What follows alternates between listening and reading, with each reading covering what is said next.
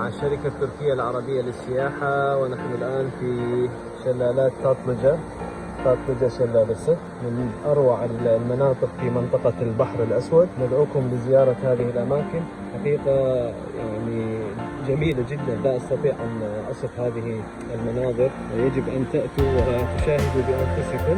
يوجد هنا 28 شلال ومناظر خلابة حقيقة، وتستطيعون أن المياه عذبة جدا. والآن اليوم 13 من أغسطس، الأجواء حارة، ولكن عندما تدخل إلى هذه المنطقة حقيقة بين درجة الحرارة بين 18 و 19.